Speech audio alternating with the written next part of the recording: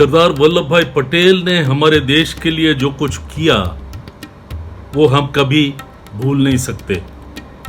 सरदार पटेल को लौह पुरुष इसलिए कहते हैं क्योंकि उनके इरादे फौलादी थे। किसी भी मुश्किल से मुश्किल काम को सरदार साहब बड़ी सूझबूझ से लगन के साथ करते थे और जब तक पूर्ण सफलता प्राप्त ना हो तब तक लगे रहते थे।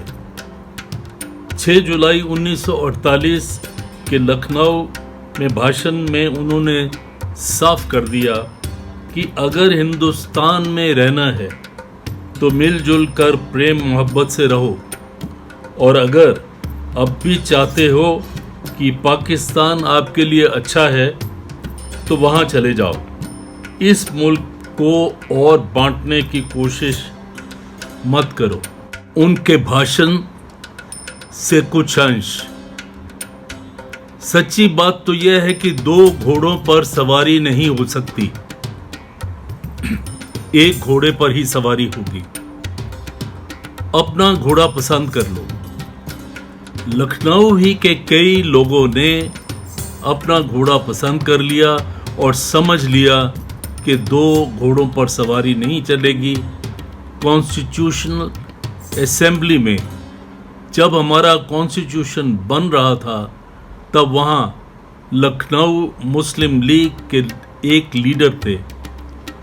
उनसे मैंने साफ साफ कह दिया था कि अगर सेपरेट इलेक्ट्रेट, पृथक निर्वाचन या रिजर्वेशन की बातें करते हो तो यह बात करके आपने हिंदुस्तान के टुकड़े कराए थे। अब यही इरादा है। अभी क्या इरादा है? अगर आपका और बांटने का इरादा है तो मेहरबानी करके आप पाकिस्तान चले जाइए। आपके इधर रहने में कोई फायदा नहीं है। तब वे पाकिस्तान चले गए। यह ठीक हुआ, अच्छा हुआ।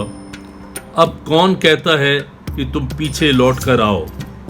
भाई, हम भी नहीं चाहते कि पाकिस्तान और हिंदुस्तान अब जल्दी जल्दी मिल जाए। यह तो तब कह सकते हैं जब पाकिस्तान का स्वाद खाने के बाद दांत खट्टे होके गिर जाएं, तब आगे की बात करेंगे। अभी तो आप वहां ही बैठो, लेकिन हमें अपना काम करने दो। हम कहते हैं कि हमारे यहाँ जो 4 करोड़ मुसलमान पड़े हैं उनके हम ट्रस्टी हैं।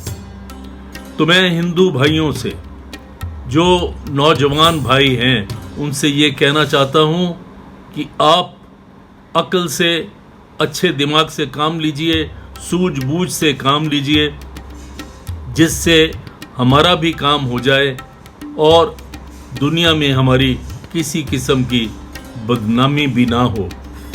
मैं तो यह कहना चाहता हूँ, जो 4 करोड़ मुसलमान इधर बैठे हैं उनके साथ छेड़खानी कभी मत करो। जितनी छेड़खानी आप करेंगे उतना ही हमारे ऊपर बोझ पड़ता है, क्योंकि एक तो उसके लिए ज़्यादा पुलिस लेनी पड़ेगी, रखनी पड़ेगी। हम हमारे संभालने की चीज़ तो वहाँ ही पड़ी है। इधर क्यों संभालते हो? इधर इनको आराम से रहने दो। जिनके दिल में पूरी वफादारी नहीं होगी वे आप ही चले जाएंगे। वे इधर नहीं रह सकते। इधर इतनी गर्मी होगी कि वहां से हट जाएंगे, इधर रहेंगे नहीं। यदि एक भी ऐसे मुसलमान को जो हिंदुस्तान के प्रति वफादार है, जिसने आज़ादी की लड़ाई में हमारा साथ दिया है और हमारे साथ मोहब्बत से रह रहा है, यहाँ से जाना पड़े तो उसको मैं बड़ी शर्म की बात समझता हूँ। तो हमें इस तरह से काम करना है कि हिंदुस्तान में रहने वाले मुसलमानों ने साफ साफ कह दिया कि आप कहते हैं कि हम वफादार हैं, तो ज़ुबान से कहने भर से काम नहीं चलेगा। लीग वाले बार बार कहते हैं कि पाकिस्तान गवर्नमेंट बार बार कहती है कि इधर जो माइनॉरिटी है, अल्पमत है, हम उसकी रक्षा करने का पूरा इंतज़ाम करेंगे। लेकिन जो लोग वहाँ रहते हैं उनसे आप पूछिए कि वह कैसा इंतज़ाम करते हैं। आज सिंध में रहने वाले हिंदू हमारे भाई मेरे पास चिट्ठी भेजते हैं कि वे बहुत दुखी हैं। 2 महीना हो गया, मैंने बम्बई से कुछ जहाज़ भेजने का बंदोबस्त भी किया और कहा था कि इधर चले आओ। उस समय पर उन लोगों में आपस में कुछ फूट हुई। कुछ हमारे अपने लोग भी कहने लगे कि नहीं, सिंध में कोई दिक्कत नहीं, वहाँ ही रहो। सिंधी मुसलमान भी यही चाहते हैं। ठीक है, लेकिन सिंधी मुसलमान की खुद वहाँ चलती ही कहाँ है? वहाँ तो लखनऊ के मुसलमान या पंजाब के मुसलमान उनकी ही चलेगी। वहाँ सिंधी मुसलमान की क्या बात चलेगी? तो पाकिस्तान तो इस तरह बना है कि उसमें कानून से काम नहीं चलेगा, जिसमें किस एक सत्ता से काम नहीं चलेगा। वहाँ तो हर आदमी नवाब हो जाएगा, वैसा काम चलाएगा, कोई उसके कब्जे में नहीं रख सकता। आज ऐसी हालत वहाँ शुरू हो गई है। तो वहाँ के अब हिंदू लोग लिखते हैं कि उनके लिए वहाँ रहना एक मुसीबत बन गई है। वे वहाँ से निकलना चाहते हैं, वहाँ रह नहीं सकते।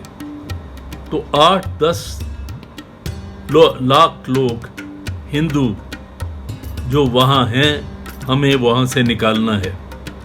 इधर कई लोग कहते हैं कि इतने ही मुसलमान इधर से निकालो।